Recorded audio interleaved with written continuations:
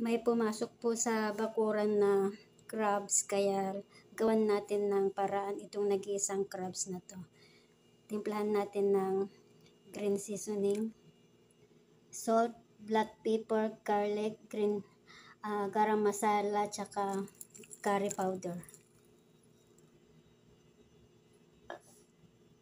Marinate po natin ng 1 oras. Habang nagmamarinate po tayo ng crabs, maglagay po tayo ng 1 cup na flour, salt, baking powder, tsaka maligamgam na tubig. Gawin natin dough.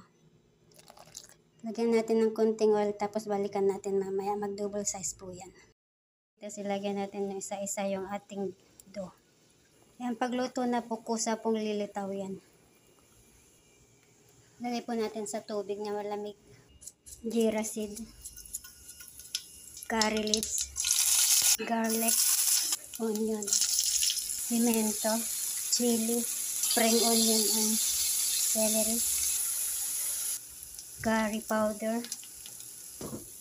Lagay na po natin yung na-marinate nating crabs. Lagyan po natin ng coconut milk. Timplan ulit natin ng salt tsaka black pepper. Lagay na po natin yung dumplings. Lagay po tayo ng cilantro o jadobini.